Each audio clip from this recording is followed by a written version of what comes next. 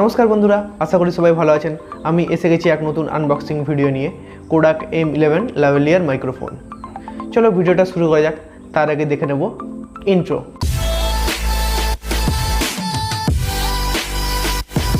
এই হলো আমাদের সেই মহান বক্স fo2.in। এই ওয়েবসাইট থেকে আমি বক্সটা অর্ডার করেছিলাম। চলো আনবক্স করা যাক। তার আগে একটা জিলেটের ব্লেড নিয়ে নিলাম, এবার সুন্দরভাবে হালকা করে এটাকে কেটে দিলাম। দেখবেন যেন না আপনার হাত কেটে যায়। আবার তাড়াহুড়ো করে একটু ছুঁড়ে নিতে হবে এটাকে। ব্লেডটা রেখে দিলাম। অবশেষে উপরের লেয়ারটা খুলতে পারলাম। এর ভেতরেও একটা বক্স আছে। চলো এবার এই লেয়ারটাকে কাটা যাক।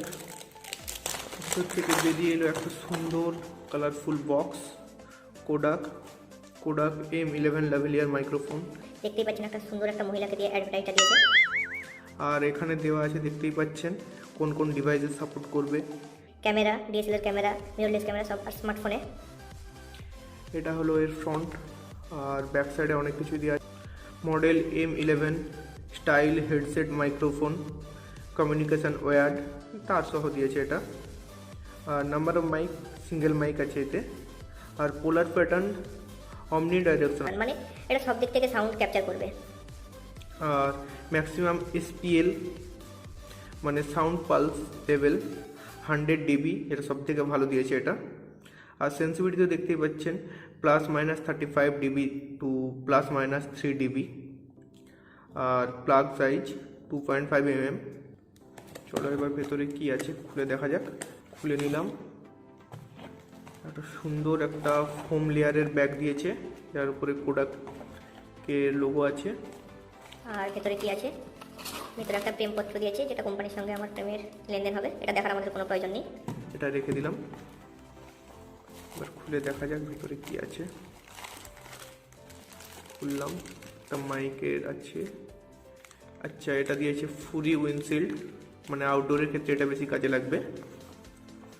আর এটা একটা কনভার্টার দিয়েছে, যেটা আপনার স্মার্টফোনের সঙ্গে কানেক্ট করা যাবে।